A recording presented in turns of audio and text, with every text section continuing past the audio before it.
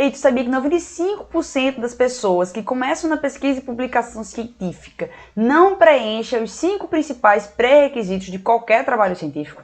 Pois é, uma porcentagem bem grave, né? Então, no vídeo de hoje eu vou mostrar quais são esses principais pré-requisitos que todo trabalho científico tem que ter. Você não pode faltar com ele, e uma vez que você preenche todos esses principais pré-requisitos, é que você, sim, tem uma alta probabilidade de ter o teu trabalho aceito, tanto em congressos quanto em revistas. Então, bora lá? E aí, gente, tudo bem? Eu me chamo Clara Gama, este aqui é o Diário da Pesquisa, um dos canais mais científicos desse Brasil. E aí, hoje a gente vai estar falando sobre o quê? Sobre os 5 principais pré-requisitos que qualquer outro trabalho científico tem que ter. Então, esses são os principais pré-requisitos que vão te levar para um ótimo trabalho científico, para um trabalho que ele demonstre cientificidade, que ele demonstre ser específico, que ele é passível de aprovação. Um grande defeito das pessoas que estão começando na pesquisa e publicação científica é achar que é só escrever um trabalho. É achar que é só juntar uma quantidade de artigos ali e escrever. Não, gente, não é só isso. Muita coisa rola por trás. E é por isso que muitos trabalhos são rejeitados. Então, se você não quer que isso aconteça com o seu trabalho, segue bem direitinho essas dicas que eu vou te dar aqui pra frente. Que aí eu tenho certeza que o teu trabalho ele realmente tem uma alta chance de aprovação. Certinho, gente? Toda vez que nós estamos pensando em fazer um trabalho científico, nós temos que, primeiro de tudo, né, obedecer às regras daquele congresso. Mas, de segunda forma, nós temos que propor um trabalho que ele realmente tenha toda a formatação, que ele tenha todos os pontos. Porque assim, aquele corretor, ele não vai encontrar tantas falhas no nosso trabalho, falhas assim que são irremediáveis e que não podem ser aceitas como pesquisa. Gente, e outro ponto que eu acho essencial para todo mundo que está fazendo trabalhos científicos e afins é entender que aquele resumo que nós estamos fazendo, ele é o relato de uma pesquisa científica. Então, antes de qualquer coisa, antes de você pensar em fazer um resumo, antes de você pensar em fazer uma revista, você vai pensar em fazer uma pesquisa. E aí, essa produção científica vai ser o relato dessa pesquisa que você fez. Então não pense assim de cabeça, de cara, que fazer o artigo é só escrever com uma redação como a gente fazia lá no colégio. Não, gente, não é só isso. O artigo ele é uma junção de coisas que são colocadas ali naquele texto para relatar uma pesquisa que você fez. Então, independentemente, claro, eu vou fazer uma revisão literária, é uma pesquisa. Eu vou fazer uma coleta de dados de exames laboratoriais, é uma pesquisa. Vou fazer um estudo de caso, é também uma pesquisa. E essas modalidades que a gente consegue publicar são modalidades de relatar essas pesquisas que nós fazemos. Tá bom, gente? Então, de antemão, acabou a conversinha, né? Vamos falar logo quais são esses 5 passos, 5 pré-requisitos para que você, né, preencha dentro do seu artigo científico como tudo. O primeiro ponto é você ter um embasamento teórico bom. Todo artigo e resumo científico, ele parte de um conhecimento anterior. Ou seja, o que é que você faz? Você olha para trás, você olha para os autores que vieram atrás de você, para que você use todo esse conhecimento que está aqui atrás para crescer, para evoluir. Então, o embasamento teórico ele é extremamente importante para, primeiro, expor a tua lacuna de pesquisa. Não tem como um artigo ele ter uma alta probabilidade de ser aceito se ele não abordar uma lacuna de pesquisa. Claro, o que é esse nome estranho? Olha, uma lacuna de pesquisa é quando você identifica que existe uma falha de conhecimento. Por exemplo, não existe tanto conhecimento abordando sobre aquele tema. Por exemplo, vamos abordar o caso da vacina. Existem vários testes em pessoas, né? Só que existem vários testes em adultos. Então, tem uma lacuna de conhecimento sobre vacinação do Covid em crianças. Se é eficaz, se é segura, principalmente. Então, essa é uma lacuna de conhecimento. É um local que existe essa limitação de literatura, de pesquisas, certinho, gente? Então, o embasamento teórico, ele é muito bom para identificar a tua lacuna de pesquisa e ela tem que estar assim, escancarada no teu artigo. Por quê? Porque é ela que vai ser a motivação aí a justificativa para você abordar o seu artigo científico. Então, você tem uma lacuna de pesquisa, é muito bom. Eu tenho um amigo meu que ele falou essa semana, botou a mão na cabeça e fez: cara, meu Deus, eu não tô achando nada sobre esse tema que o professor mandou eu procurar. Eu digo: ótimo, pô, pega o que você achou e usa para embasar o seu argumento para estudar mais esse tema, porque significa que se não tem tanta coisa sobre ele, é importante sim, é relevante você estudar esse tema. Então o embasamento teórico, ele tem essa pegada de mostrar a lacuna de conhecimento. A partir do momento que você mostra a lacuna de conhecimento, ele aborda outro tópico, que é o avanço nesse campo de pesquisa, o avanço nessa temática, né? Então, quando você vem abordando e fazendo um bom embasamento teórico, o que é, claro, um bom embasamento teórico? Vem citando os melhores estudos sobre o tema, vem citando revisões sistemáticas, você mostra o quê? Você mostra avanço sobre o tema. Tipo, é literalmente você subir nos ombros de alguém. Por exemplo, eu, Clara, pego minha irmã e coloco no meu ombro. Eu consigo ver uma determinada altura aqui, só que minha irmã, ela consegue ver muito longe, ela consegue ver além do horizonte, como dizia uma professora minha. Então, assim, o que acontece? Quando você usa um embasamento teórico bom, robusto, com as principais pesquisas sobre o tema, você consegue olhar além. E realmente o seu resumo, ele se distancia dos demais. Por quê? Porque ele está abordando uma coisa nova, ele tem uma visão nova de algo que já existia. Ele fez, nossa, isso aqui, eu consigo avançar na literatura. Então, o embasamento teórico, quando a pessoa preenche bem esse pré-requisito, ela consegue uma aprovação muito legal, uma pontuação muito boa. Agora, é que nem aquele livro, né, como ler artigos científicos, ele fala, né, garbage in, garbage out, ou seja, lixo para dentro, lixo para fora. Se você selecionar qualquer artigo científico para adicionar no seu embasamento teórico, qualquer coisa vai sair dali da sua pesquisa e talvez não sejam coisas muito boas, não é? Então, vamos nos nutrir de bons artigos, de boa literatura, para que assim a nossa literatura, as nossas conclusões, os nossos resultados, eles sirvam para dar um passinho à frente na ciência.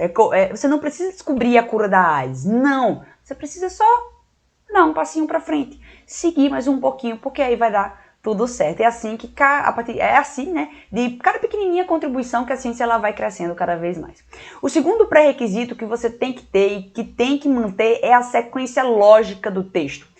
Todo artigo científico, ele segue uma sequência lógica. Tá? É só lembrar da redação. Agora lembra a redação do Enem. Ela tem um início, ela tem um meio e ela tem um fim. Então, da mesma forma, é o artigo científico. E a estrutura que ele segue é a seguinte. Geralmente, dentro da área da saúde, segue a sequência IMRD, que é introdução, método, resultado e discussão. Claro, sempre vai ser essa ordem? Não, nem sempre vai ser essa ordem. O que acontece é que os periódicos e as revistas elas vão mudar, elas vão alterar essa ordem de acordo com o que elas preferirem, mas geralmente nos grandes periódicos científicos é escrito desta forma, do IMRD. E cara, qual é a lógica de se escrever assim? A lógica é porque a partir desse momento você torna uma continuidade, uma lógica de pensamento. E, gente, pode parecer bobo eu falar isso para vocês, mas muita gente erra e peca nesse tópico. Coloca o que é para estar na introdução, na conclusão, ou o que está na discussão dos resultados. Não, o que está na discussão dos resultados é o que mais acontece. Às vezes descreve o método direito, confunde método com resultados e fica essa bagunça. Então, nesse ponto, a galera peca muito. E, tipo, quando eu estou corrigindo o trabalho, eu sempre chamo a atenção para a importância de cada tópico. Cada tópico ele tem a sua importância, cada tópico tem a sua relevância e ele tem uma função, tá bom? Então vamos abordar a função de cada um agora. Para que serve a introdução? Então, a introdução ela serve para, como o próprio nome diz, introduzir o leitor ao teu tema. Ela serve para contextualizar a tua pesquisa e nela tem um negócio super, extremamente, mega, ultra importante que é o teu objetivo. Então, no final da introdução, você vai trazer o seu objetivo. E aí, você vai fazer o quê? Você vai dar uma introdução, você vai contextualizar esse problema, mostrar que ele é um problema relevante, que tem uma lacuna de pesquisa e o teu objetivo vai fazer o quê? Mostrar o que é que você vai fazer dentro da sua pesquisa para resolver esse problema de pesquisa, essa lacuna de conhecimento que tem aqui. Tá bom? E, gente, no objetivo, por favor, coloca palavras no infinitivo. Apresentar, avaliar, analisar, compreender, porque assim é o que vai dar noção do que tem que ser feito ali naquele trabalho científico. Ponto super importante do objetivo, gente, é que, por favor, proponha algo que você consiga realizar. Muita gente coloca assim, propor avaliar a etiologia de tal doença. Como é que você vai conseguir, muitas vezes, avaliar a etiologia dessa doença? Você vai lá e vai fazer um exame em cada pessoa, vai fazer um ensaio clínico. Então, no âmbito estudantil... Opa, desculpa, bati no microfone. Então, no âmbito estudantil, às vezes é difícil você conseguir fazer essa comprovação de causa de doenças, entende? Você consegue observar que dois fatores estão presentes ao mesmo tempo, mas estabelecer causa é diferente. Outro tópico também é, por exemplo, fazer com que as pessoas compreendam a importância de tal tópico. Você pode tentar elucidar essa questão para a pessoa, mas você fazê-la compreender e ela compreender a situação é uma condição intrínseca dela. Então assim, você tem que estabelecer coisas que estão ao seu alcance e que podem ser sim realizadas, tá bom, gente? Outro ponto também é que o objetivo ele é extremamente importante. Se você quer tirar tempo, leve tempo para definir o seu objetivo. Por quê? Porque o objetivo ele vai definir a metodologia, ele vai definir os teus resultados e ele vai definir, consequentemente, a conclusão. E tudo que vier daqui em diante, a linha que vai ligar do início, meio e fim vai ser o objetivo. Então, tudo vai ser direcionado para ele. Então, quando você escrever o seu método, vai ser para responder o objetivo. Quando você estiver escrevendo os seus resultados, você vai perguntar, eu estou respondendo o meu objetivo? E quando você vai chegar lá na conclusão, você vai lembrar e dizer, olha, eu estou aqui nesta conclusão, eu tive uma resposta. Por que isso é importante? Às vezes você coloca um objetivo, vamos colocar aqui, pronto. Pretender avaliar a prevalência e fatores de risco de gripe. E aí lá na conclusão você traz, estudo conclui-se que os fatores agravantes de gripe são esses e esses. Oxe, aí você faz, oxe, eu propus avaliar fatores de risco e prevalência. Não traz nem prevalência, nem fatores de risco, traz fatores agravantes. Então essa falta de conformidade entre objetivo e conclusão acontece muito, e muito trabalho, ó, sai aqui nesse período mesmo, tá bom? Ele sai de jogo mesmo porque ele perdeu a sua linha, ele perdeu a sua temporalidade, esse marco teórico que é feito quando você estabelece essa estrutura. Então, gente, por favor, sempre prestem muita atenção quando estiverem fazendo o artigo científico. Esse segundo pré-requisito é um pré-requisito que as pessoas pecam muito porque não entendem como é que é para ser feita essa continuidade. Em seguida, como é que eu devo fazer minha aba de métodos? Na sua aba de métodos, você tem que dizer como você fez esse estudo. Então, de cara, o primeiro ponto que deve ter depois, que você tem que abordar na primeira linha é dizer qual foi o tipo de pesquisa que você fez. Foi uma pesquisa transversal? Foi uma pesquisa com questionário? Foi uma pesquisa epidemiológica? Então, você tem que classificar a tua pesquisa. Depois que você classifica, você fala como você fez a sua coleta de dados. Depois, como você fez a análise delas. E daí em diante, tá? Então, é extremamente importante que você tenha isso em mente, tá bom? Por favor. E aí, gente, uma vez que você fez o método, agora você vem para a aba de resultados. E, gente, na aba de resultados, o principal ponto aqui é que você não vai discutir nada. Você não vai dizer, no Brasil, eu apresento esses mesmos resultados que eu achei. Não. Aqui não tem esse espaço para conversa, você vai abordar só o que está respondendo com o seu objetivo. Pronto, curto e grosso, não faz nenhuma correlação, é só o que você achou na sua pesquisa. Você não vai dizer, fulano de tal achou esse resultado aí. Não, isso aqui é conversinha lá para discussão. Na aba de resultados não tem isso. Então, na aba de resultados você vai achar o teu achado principal, que é aquele achado que está relacionado com o teu objetivo de pesquisa, e os achados secundários, que são aqueles achados relacionados àquela condição ali. Tá bom, gente? Como assim, claro, achados relacionados? Por exemplo, se eu estou fazendo um estudo para eu avaliar, eu quero saber se o tabaco causa câncer de pulmão. Então, sim, o tabaco, no final, quando eu estiver relatando os meus resultados, eu posso dizer o seguinte, que a proporção de pessoas que fumaram, certo? E que não fumaram e que hoje tem câncer de pulmão é bem maior. E aí, o que é que eu venho trazer aqui? Que os achados secundários é o quê? Que interferem nesse meu objetivo. São o histórico familiar, os hábitos de vida, etilismo. Eu estou relacionando tabaco, o meu achado principal era tabaco, mas existem fatores, né, que rodeiam essa condição que podem influenciar no meu resultado de pesquisa. Agora sim, saindo um pouquinho dos resultados, eu entro para a aba de discussão. Estão lembrados? IMRD. Então, no meu D eu vou trazer o quê? A minha discussão. E agora sim eu posso citar todo mundo aqui. E agora que eu posso dizer, olha, esse meu estudo está corroborando com esse estudo, que está corroborando com esse, que está corroborando com esse, que brinca com esse autor e tal e tal. Porque quando você faz isso, você está discutindo com o que tem na literatura, com o que você encontrou. E fazendo esse comparo e contraste com a literatura e com a realidade, com a literatura e com a realidade, e assim vice-versa, e finalizando com a conclusão, que ela pode ser o último parágrafo da discussão, dizendo o quê? Qual foi a principal contribuição do teu tema. O terceiro pré-requisito que você tem que obedecer e não pode faltar é o seguinte, ser objetivo e específico no que você está falando. Às vezes a gente quer escrever um texto científico, e começa a escrever com jargão que só você mesmo está entendendo. Parece, desculpa pessoal de direito, mas parece que é um texto jurídico. Que você lê e você faz, meu Deus, o que é isso que eu estou lendo? Então, assim, primeiro de tudo, escreva de forma clara, que as pessoas que estão lendo, elas consigam compreender o que você está escrevendo. Não pense que é porque você está escrevendo um artigo científico que ele tem que ter cheio de jargão, palavras que as pessoas incompreensíveis, palavras que a gente fala bonitas, mas que de bonitas elas mais confundem do que ajudam. Então, a ciência, ela tem esse movimento crescendo, né? Ela tem a intenção de comunicar aquela pesquisa da forma mais fácil, para que uma pessoa que talvez ela não seja especialista no assunto, ela consiga entender.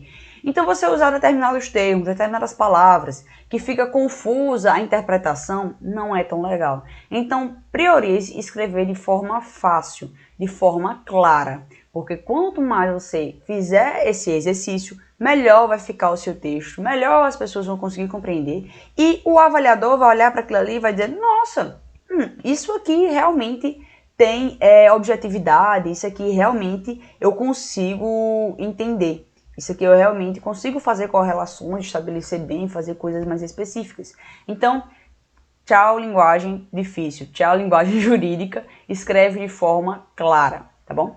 Outro ponto super importante também para escrever um trabalho científico é que você tem que ser objetivo. Claro, você está chovendo numa olhada aqui, eu já sei disso, tá? Mas eu vou te dizer o que é exatamente ser objetivo. Ser objetivo é não ficar explicando cada passo que você está escrevendo. Por exemplo, você está escrevendo um artigo sobre sarampo. Aí você vai dizer que sarampo é uma doença infecto-contagiosa, papapá. Todo mundo sabe que sarampo é uma doença infecto-contagiosa e que tem uma vacina para ela. Então, você está só enchendo linguiça dentro de uma introdução. Muito melhor você chegar e falar de dados epidemiológicos, de dados que as pessoas não têm tanto conhecimento. E aí você ser mais objetivo naquilo ali e não ficar explicando. Quem está lendo aquela revista científica, aquele seu artigo, provavelmente ela tem uma compreensão geral do tema. Ela pode não ser especialista, mas ela entende o que é aquilo ali. Não vai ser qualquer pessoa que vai ler uma revista médica, uma revista de enfermagem, ou muito menos de farmacologia. Então você não precisa estar explicando aquilo ali. Fazer um exame de ultrassom, que ultrassom é um exame de imagem feito com ondas, não sei o quê. Então assim, explicar demais vai fazer você ficar rodando e não falar do que interessa, que é a sua pesquisa. Então foca em falar sobre você, sobre o que você fez, o que foi realizado, o que foi achado, que vai estar perfeito, tá bom? Não fica querendo explicar a cada ponto, a cada termo médico ou termo da sua área, o que é aquilo, tá bom? A não ser que seja um termo muito difícil e que a grande maioria das pessoas não conheça. Aí sim, tudo bem, você precisa explicar. Mas não sendo, não faz isso, não escreve. O quarto pré-requisito que você precisa para fazer um artigo científico é o seguinte: você precisa ter uma linguagem científica. Claro, não é óbvio isso aí também não, você está só falando coisas óbvias, mas engraçado, às vezes é tão óbvio que as pessoas ainda pecam em fazer dessa forma. Falar de forma científica é falar com a língua da comunidade que você está escrevendo, é você falar na língua das pessoas que falam sobre aquele tema. Então, a linguagem dos cientistas que falam sobre sono é diferente da linguagem usada para as pessoas que falam sobre imunidade. Existem termos específicos para ambas as áreas, e é interessante e é importante que você use os termos específicos dessas áreas, porque a partir do momento que você não usa, quando você vai tentar publicar nisso aqui, aquela pessoa que vai corrigir o teu trabalho, ela vai dizer, nossa, mas que...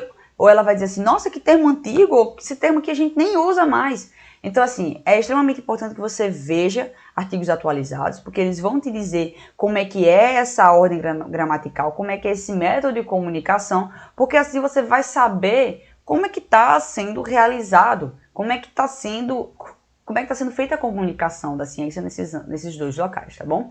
Então, mantenham os seus termos específicos de cada área e mantenham os seus termos atualizados. Por quê? A partir do momento que você faz essa adequação gramatical e linguística, você está falando na mesma língua da comunidade científica.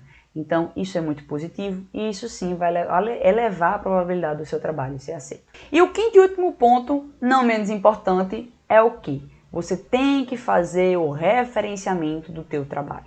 Às vezes as coisas ficam muito claras pra gente. Muito claras porque a gente já estudou o tema, a gente sabe que é um tema talvez escasso, ou sabe que é um tema que precisa de explicação.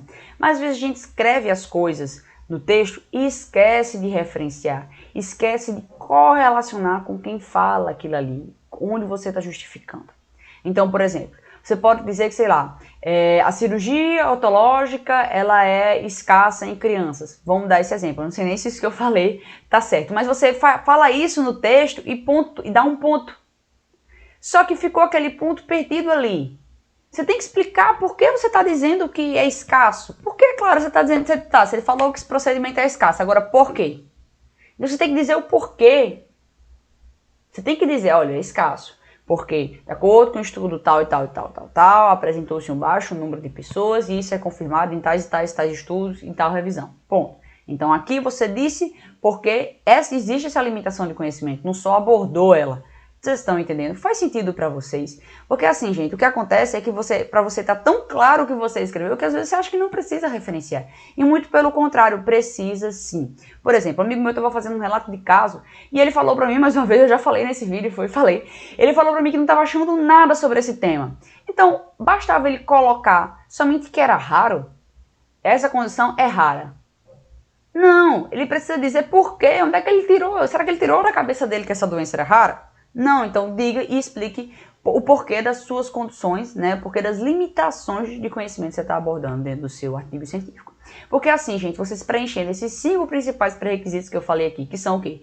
Um embasamento teórico, tá? A objetividade e a clareza, a linguagem científica, o referenciamento e a sequência lógica do seu artigo científico, sério, vai elevar muito a qualidade do seu trabalho científico e a probabilidade dele ser aceito é realmente muito grande. Porque pode parecer besteira muita coisa que eu falei aqui, ou pode parecer besteira, ou pode parecer assim que eu chovi no molhado e já falei coisas que você sabia, mas às vezes você sabe de uma coisa e você não racionaliza ela, você não coloca ela em prática. Então preste atenção, coloque esses pontos em práticas, observa se seu trabalho científico ele realmente tem tudo isso. E aí sim, envie esse trabalho para publicação. Ou então, melhor, antes de enviar, pede para alguém ler, pede para alguém da tua turma, ou alguém que não tem nada a ver com o trabalho, certo? Você entrega esses pontos para ele e diz, olha fulano, você acha que respondeu esses 5 pontos? Você acha que pode melhorar em quê? Você está conseguindo entender? Você está conseguindo compreender que tem um início, meio e fim? Você está achando que esse embasamento teórico tá bom?